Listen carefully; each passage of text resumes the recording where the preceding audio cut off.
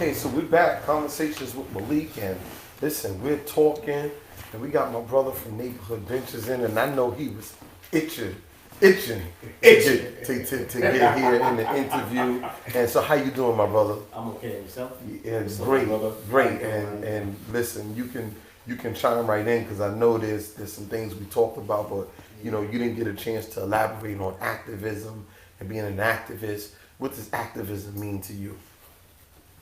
Well, first, can I address the last question? Sure. When it comes to the fear factor of things. Okay. Right. Some of us live, and I'll keep it on an eye, right? Okay. I lived in a community where we have our own people killing each other every day. Okay. Right? To the point where not only do we start to normalize it, but we start to become survivors. And for us, surviving is dealing with what comes when it comes. Okay. Right? With the understanding, it's a possibility that you're gonna die one day. Right. Right? It's no longer for us to sit back and assume that we're gonna die at an old age. Right? Violence is gonna be what take us out. Gotcha. So mentally, we're already prepared. We're already prepared to be taken out, but the saddest part that we're prepared to be taken out by our own people. Right? It's not about going downtown and somebody doing something to us. It's not about a mass shooting. It's about being in your own neighborhood doing what it is that you like to do.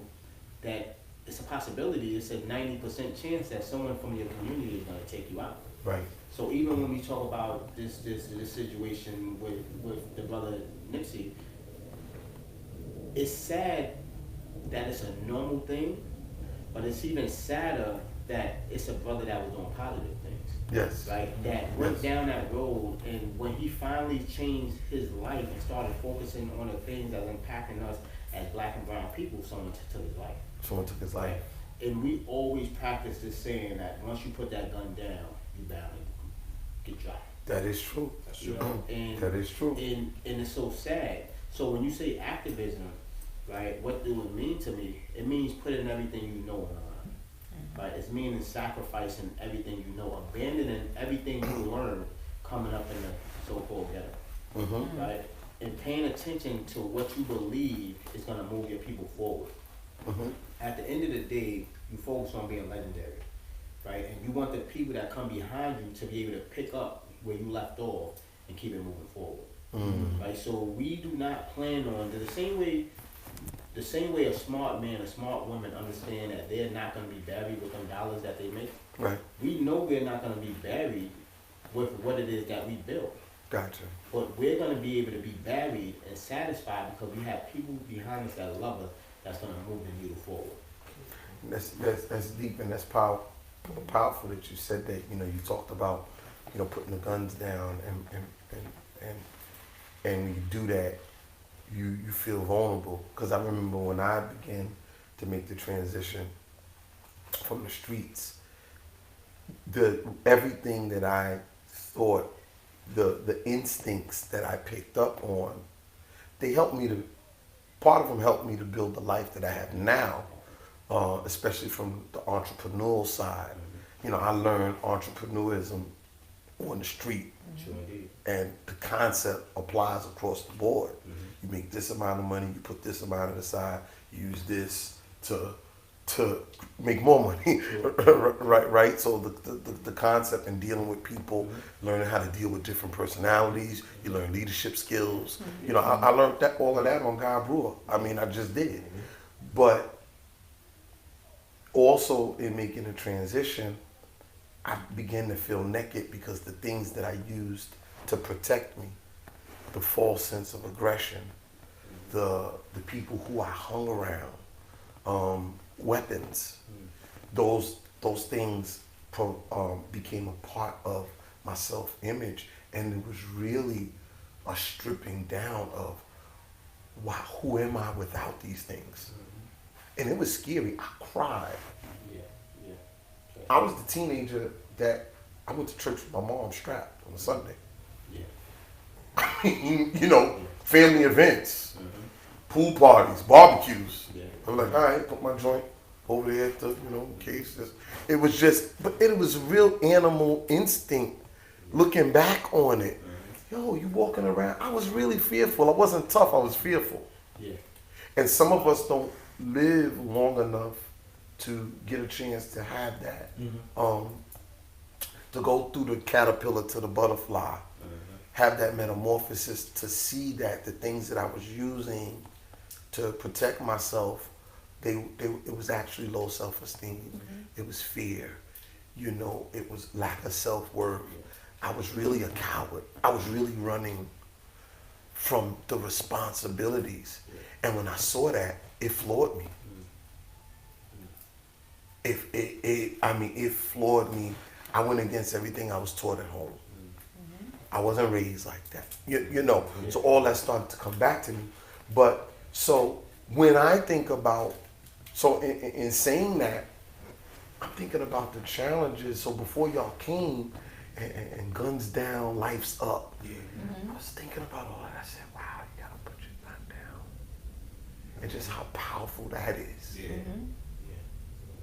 And I really I was going through some things because then, my cousin passed away from breast cancer a couple weeks ago. And then my little brother is in ICU fighting for his life right now. Wow. Right? And my nephews and them, their thing was different. They like, yo.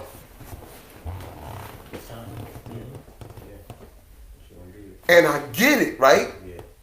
But I've been in Jamaica Hospital, I'm in there 20, 25 years ago, and I'm sorry to go on this long, man, I'm looking at them, Jeff. I remember being in that same hospital, on that same floor with other friends of mine. And their families were mourning, but we were so we were thinking about the block. Let me tell you what we was thinking about. Part of it was hurt seeing our friends in there, but most of it was, who the hell they think they are? Oh, they dissing us. Yo, son, they came to the block. I was replaying all of the conversation. I'm sitting in there. It wasn't about him. It was about how we looked. Disrespect. And that's selfish. It was about self. And I was sitting there, and my nephews left. They went to the scene of where it happened. I don't know what they thought. The guy's not there no more. And everything, and they high. They went out, smoked blunts. And my other nephews and came. But I can't judge. I get it. And I just said to him, I said, yo, look. Okay, the police also, if something happened to the person that did it, the first people they're going to look at is the family members. Right. That's the first thing, Exactly. Everybody that's at that hospital. True indeed. And the saddest part about it is that our young people are dealing with this on a daily basis, and they're medicating themselves. Because this is a problem that's hard for them to deal with. And when you have people that's so-called professional, they forget the humanity of this work, where people need time to grieve, people need space to grieve, and they need your support in that process, right? A lot of our young people are definitely lost, and when we can go back and we can say, well, I remember when I was down that road, so I know what it takes to get this young brother, young sister to think about it differently. There's been times where I've been in this field and people inviting me over to eat, I'm in their home, and I'm like, it's beautiful to sit down and eat at someone's home, to be invited over for dinner, right? But where I come from, that's a security breach, right? Ain't no inviting somebody to my home. Don't bring your friends to my house. That's right. That's a security breach, and now they know where I'm at, and they know everything. Hold on, So it takes a lot. It takes a lot to really make that transition. Because so many things, just like you said, so many things that you learn growing up in these streets, is like, And can I abandon what I learned to get this work done? Right? And it's not that we have to abandon it. It's not that we have to abandon it. We have to find a way to shift the narrative, right? And understand that our people are going through the same thing that we already went through. Right, right. What are some of the better practices that we can use to make sure that they're safe, right? And so that's the challenge for y'all. And so especially you being from the streets and understanding what it takes. And I was thinking about, I said, Dad, man, they got a job ahead of them. Yeah, trying they to reach, definitely do. because I know what they're dealing with, because I was there. Yeah. So what type of creative ways do you guys use to try to reach the young people out there? One of the things in Miss Abby's kids that we do to shift the narrative, as Will was saying, is a little trickery. Be quite honest with you. Okay. For example, just getting a child to think about their health, right, their body as a mechanism of survival. Okay. Because if you're not thinking about your health at all, then none of that other stuff is even going to matter if you physically can't make it to a certain age. Okay. And so every year on Halloween Day, when kids are usually out looking for the most atrocious stuff that you could put in your body, looking to get into mischief, looking to get into trouble, throw eggs, nair, all type of stuff that will eventually cause larger harms for the community, we close off the whole entire street right off of a main road, off of Fordham Road. Really? Yeah, and they come to our health fair, our Halloween health fair, and they're educated on all of the different programs and resources that are available to them in the Bronx, from getting your health screenings, getting breast cancer screenings right there on the street during that day, to getting life insurance. How many of our people died and we're knocking on each other's doors trying to bury our loved ones? People till this day, I wouldn't even thought about no life insurance, before seeing it there in our community by our people. Feeding them veggie burgers. They think they got a hamburger, but they coming back for seconds and thirds. Did you know there was no meat in there? Impossible burger. The impossible. Impossible burgers are good. You know what I'm saying? Yeah, my son's a vegan. Exactly. But a lot of these kids are changing too, though. A lot of them are. A lot of them are into this activism stuff. Right, and the education piece is there, because in my neighborhood, 194, 193 don't bang with 194. And 194 definitely you can't be on 196. And 196 ain't rocking with 198. Really? And so on that particular day, in an area where Halloween was the most terrorizing day to even physically be outside, they all come. And there's no fighting, no. And there's no fight. Not only is there no fighting, it's and you out there, Kay? Yes, he is. Yes. Kay, like, y'all ain't fighting today. Right, but the thing about it is that this is our 7th year. So when you ask what kind of creative things, And there's been no incidents? Not only has there not been any incidents, right?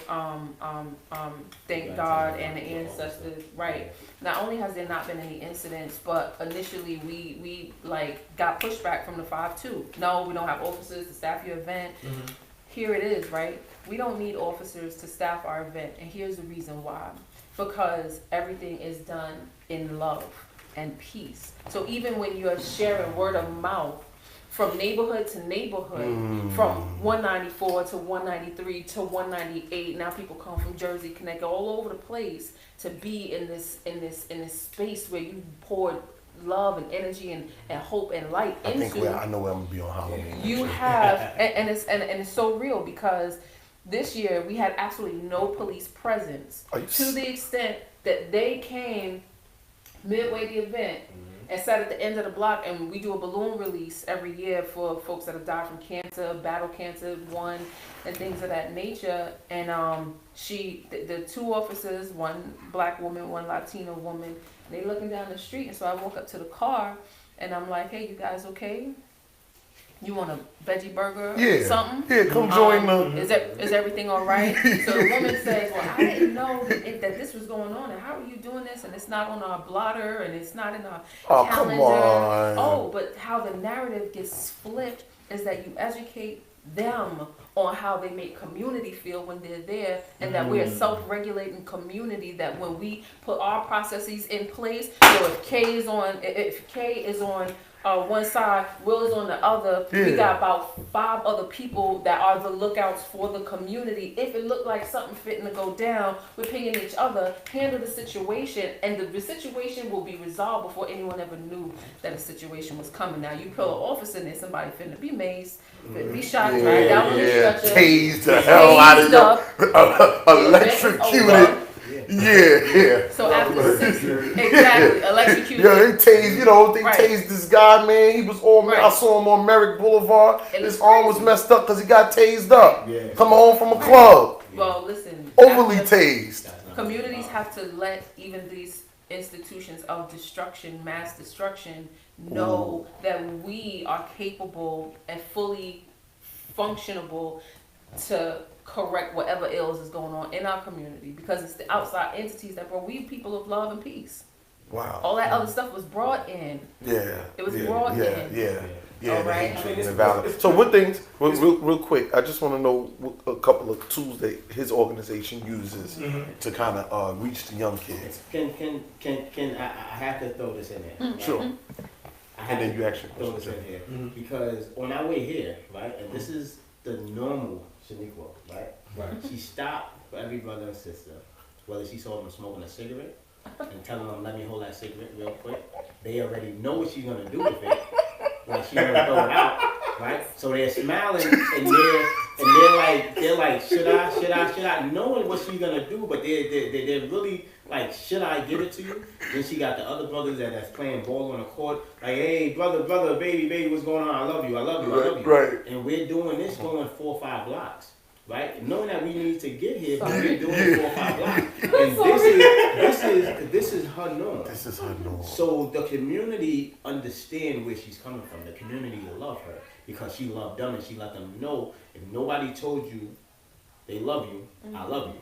So that may be the last love that they here for that whole day. And this is a part of what she brings when the community is dealing with her, and they understand that, they acknowledge that. I had to throw that in there because that's valuable. And this is something normal that the sisters do. Wow. It's no way like that hit me. Like the three of us is like, I don't even know what to call it. We all one. Like it is just one That's mind. Dope. That's dope. I mean, I want to say this too. It's obvious from looking at the bio. Brother William, K. Bourne, you guys had a rough past, and I'm sure you guys inspired yourselves to become leaders. As far as Shanequa, I'm just curious if what inspired you to be this person that want to be an activist, to be a leader. What inspired you? My mother. Okay. And the reason why it was my mother is because I grew up in a household where what happens in this house stays in this house. And what was going on in that house wasn't, you needed to talk about the stuff that was going on in that house. But even through that and the drug abuse and the trips back and forth to Rikers and, being raped at 15, told I could never ever have children. That's why her name is Miracle. And having a younger sister, just a sister that's 6 years younger than me, I'm like, damn, it's got to be like, the other kids feel like this, like how I'm feeling, this is crazy, and then you begin to internalize those things, and then even though you're getting love, right, because I know my mother loved me, hands down, she loved me and did the best that she could do. But you internalize them and they show up in different ways. They show up in cutting school and, drinking wine coolers in the play yard instead of being in there doing your lesson. They show up as 4 or 5 periods of being a spades master when you should have been taking your math class. They show up with, being arrested for little dumb stuff that didn't need to occur, but because you don't have outlets and you don't have those external factors, like the stuff that's happening now, it show up in negative ways. And so for me, I made a commitment Like, people need to know that love exists through whatever is going on, and how can you impact that? How can you change? And then when she did finally come to fruition and was incubating as the fourth one after a lifetime of you can't, losing 3 and then having to sit still so that I could bring her here. I'm like, nah, legitimately, your grandbabies are not going to have this type of generational curse on them. That's what inspired me. It went from my mother quite legitimately to my child. You know, and watching my friends hurt and being, you know. What will talk to me, and so we kind of go through this on the show. Talk to me briefly about, in a nutshell, about your life and your past. What kind of led you to become the person that you are now? I know you've been through some tough things. Yeah. I have a whole community that's that's impacted directly, indirectly, to the point where it became normal. But even coming up, a lot of my friends, while we was sitting on benches doing all these different things, hustling, whether it was packing bags, whether it was selling drugs, whether it was you name it, sweeping up here in the barbershop, we always came back to the neighborhood to talk about it, right? But the community that I grew in was so impacted to the point where it was normal. But then there came a time in my life where people started acknowledging the type of brains I had and started calling me Malcolm X, right? And this was even while I'm on the street doing all these negative things. They're like, yo, Malcolm. Me too. Now, because I'm talking to them about different things that somewhat didn't align with what they thought to be normal. But even though all of that stuck with me for years, I've been running the streets. I've been shot, I've been stabbed, I've been locked up. But I said to myself, something gotta change, right? So part of that mindset was me saying, when I resigned from this organization, where we was working with alternatives to incarceration on folks. I said, you know, there's a narrative that says that you work for 40 years and you retire at 40, right? So real quick, what was your turning point from the street? My turning I had a point, couple, but just give me one of them. My turning point was being understanding that I could do more. Being able to understand that I can do more, and I'm wasting my time on the street. Because I was real successful at it. But I know I needed to challenge myself to be successful at something else. So at the part when I was talking about resigning, I said, even though it was 40-40, I said, I haven't worked that long, right? I worked for 6 years. I said, but I want to retire at 40. So I forced myself to change that narrative, and I said, I'm going to retire. However, I'm not going to retire and sit back in a rocking chair. I'm going to retire and launch something that I know can be legendary. And that's when I launched Neighborhood Riveting. Dope. It's about changing the narrative. You know, nothing, and this is why I really focus on the work that we do collectively and individually, because Never Be the Cage is something huge, right? Something that's coming from 4 grassroots organizations that never been funded by any government official, any funders.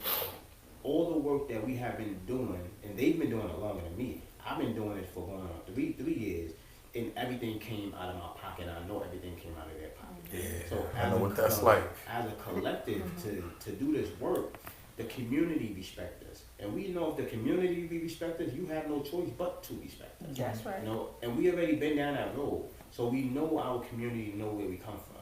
So you're not gonna dictate what it is that we're gonna do. We're not counting numbers. We're counting people.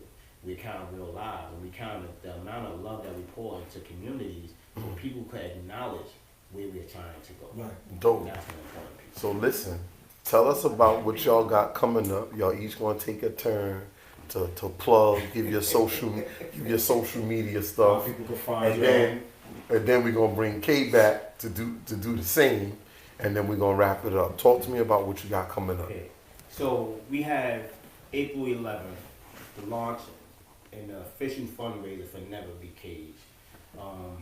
Our mission is to bring awareness to the various issues that are impacting our community and to address some of the issues that our young people are dealing with, educationally, physically, emotionally. And we want to make sure people understand when we talk about Never Be Caged, we're not just talking about a cell. We're talking about all them things that gets them there. Education, finance, the economy, you know, the physical health, all these different things help our young people become incarcerated. So we're focused on all of that. So April 11th. That's is next. official launch. That's Thursday. next Thursday. Is that in the Bronx? Yes, it is. It's in Harlem. Sorry. In Harlem? It's in Harlem on 25th. National in Harlem. Black Yeah, the National Black Theater. Wow. And Gotta try to get out there. and you have to excuse me, right? Because most of the things, like, I know they do it because I catch it and I know I do it too. That we'll look over something because we do it so naturally. You know, so it's just like the way I couldn't call out the name, the National Black Theater. We're in the building.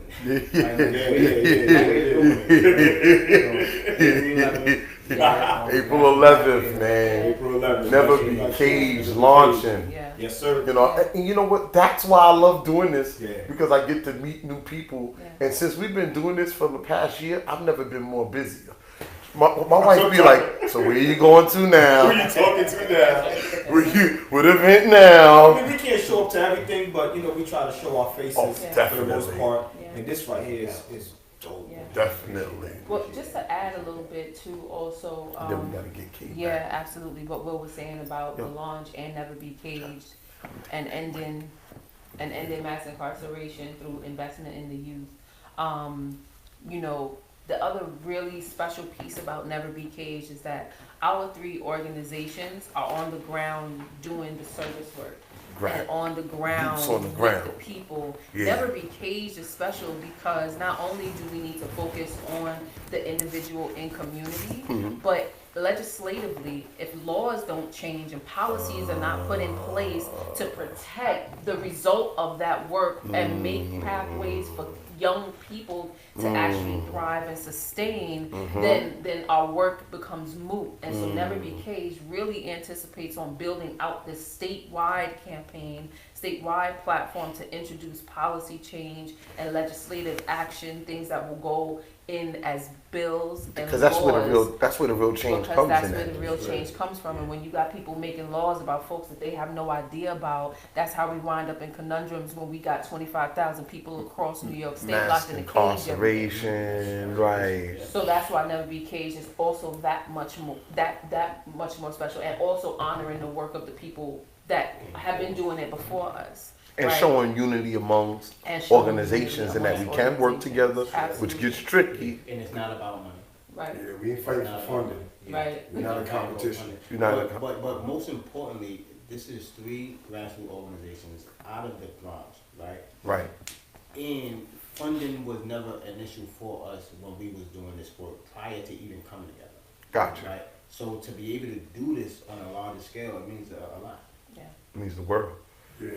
You know, when I look at it, like, you know, Never Be Caged was the best thing. Like I said, you know, I got locked up 77 times. And you got, you know, the average person that's getting locked up, you know, they offer so much for you after you come out of jail. So Right. people will come up to me and they like, yo, okay, man, I need to get an apartment. Yo, okay, you know, I need to do this. And they got a whole bunch of money dedicated for people when you get out of jail. But when people come to me for that, you know what I'm saying? I mean, I'm like, well, I got to try to send you someplace. I got to try to build something so that we can have something for you for when you come to us, because I'm not going to tell you, oh, you need an apartment, you need to get in college. All right, when you go to jail and do a 3 to 5, and then when you come back, I can send you to all the programs in the world. Right. Right. Right. I give you a free OSHA card. I can do all that after you do a 3 Right, to that's 5. you know your time. You know what I'm saying? Yeah. You know, so, you know, we trying to, that's why we got Never Be Caged. You know, Yeah. we want to be able to offer you all these things so you never have to So go you to don't jail. have That's to. right. Yeah, Right. You don't even have to go through none of that. Right. You don't need to wait for them to get the budget with the $30 million for prison reform, because you're never gonna be there. Right. You don't gotta worry about who's closing Rikers Island, because ain't nobody to lock up to put on Rikers Come Island. on, King. So what do you do? And we got a few minutes left because I want to get around to this question. What do you do personally? Because once you become a leader and you become somebody who people come to, to solve problems. People come to for answers. There's so many problems and there's so many answers that's needed in our community, it can become overwhelming. So let's not talk about them to wrap up the show. Let's talk about us personally. Leaders got to get fed too. They need their time. They need to re-energize because you can get burnt out. I know how it is. I get burnt out sometimes. What do you do personally to recharge your battery and stay spiritually fit? You know, I'll be like this. You know, when I was young and I first became 5%, I made it my duty to teach all other brothers. You know, you can't eat pork, man. You gotta know your degrees. You gotta represent who you are. When I got the gang, I was the leader of the gang. When I was hustling on the block, I was the leader of the spot. Right. So now that I'm doing something positive, I'm gonna use all that energy. If I can stand outside for months in the rain, No doubt. slow sleep to sell some drugs. With 40 belows on. I could come out here in the rain and I could wake up at 6 o'clock in the morning. You know, I remember days getting on the bus, to get on the train, to get on the plane, to go all the way somewhere 1,000 miles away to go sell some drugs. No doubt. No So I doubt. know I can get on the bus, to get on the train, and walk.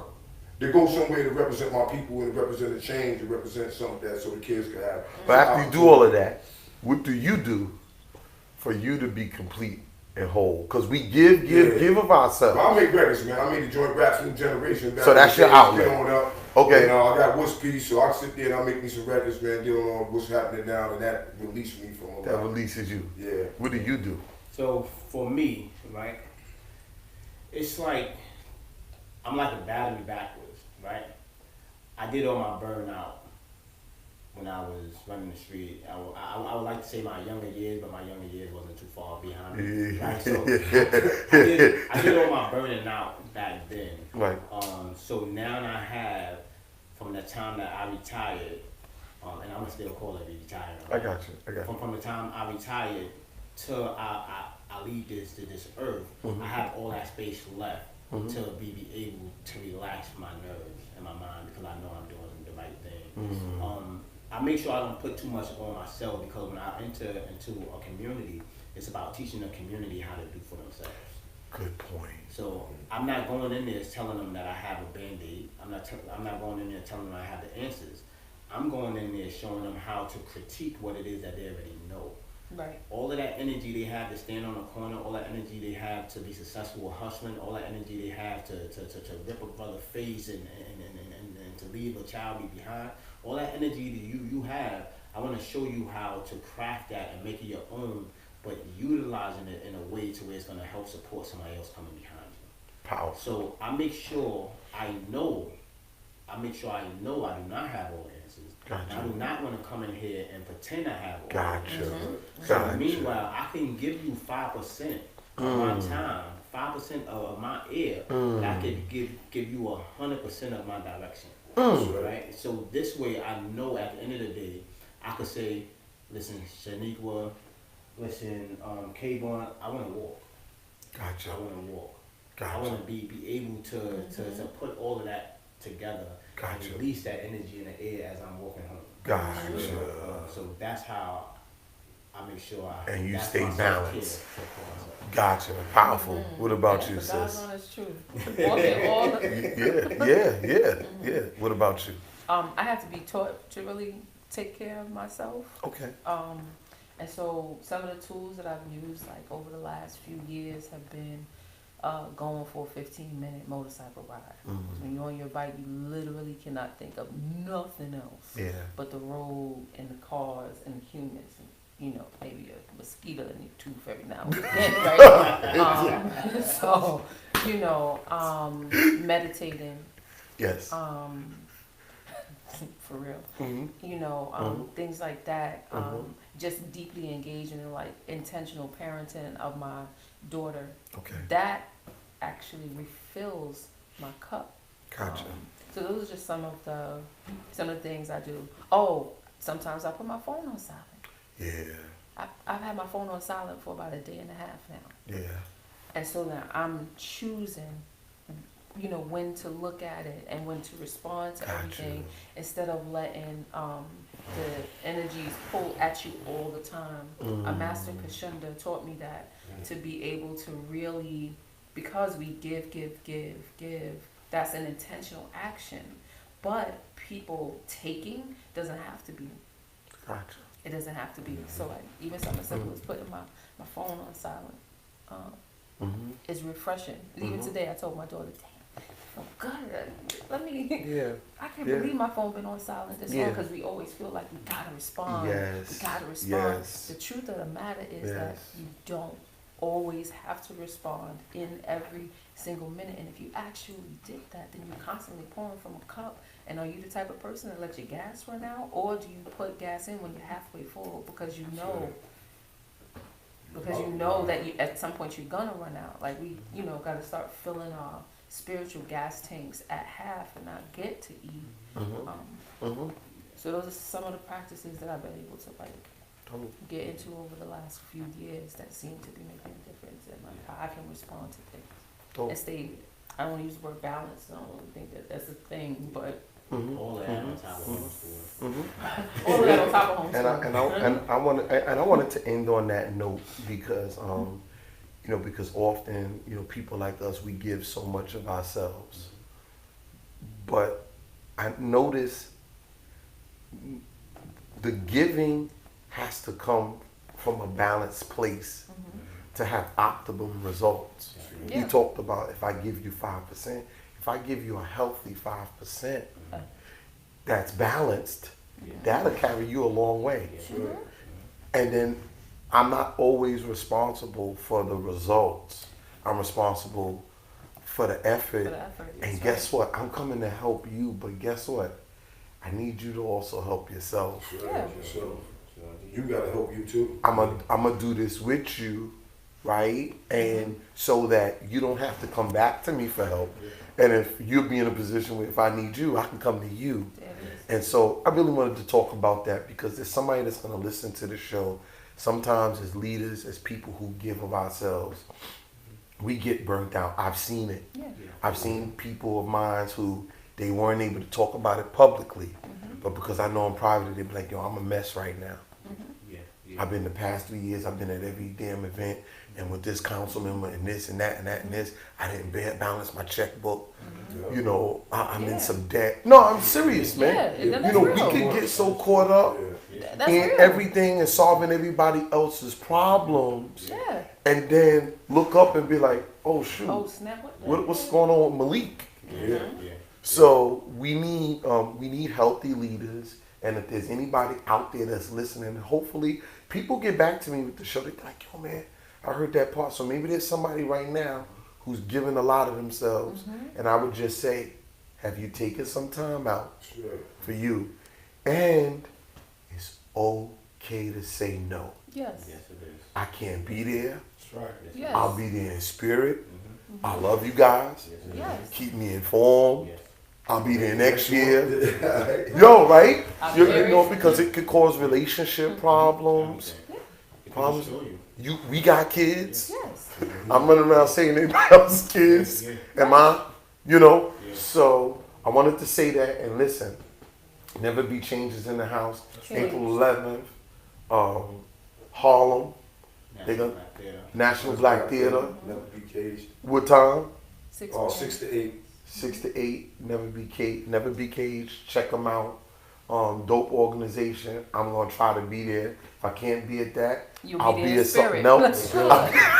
And we understand. If you understand, and they gonna be mad at me about it. But listen, Yeah, that's right. I'm honored to have him. Another great episode, Conversations with Malik featuring Jeff Joe. Yes, sir. And remember, we always end it with, we love you and there's nothing you can do about it.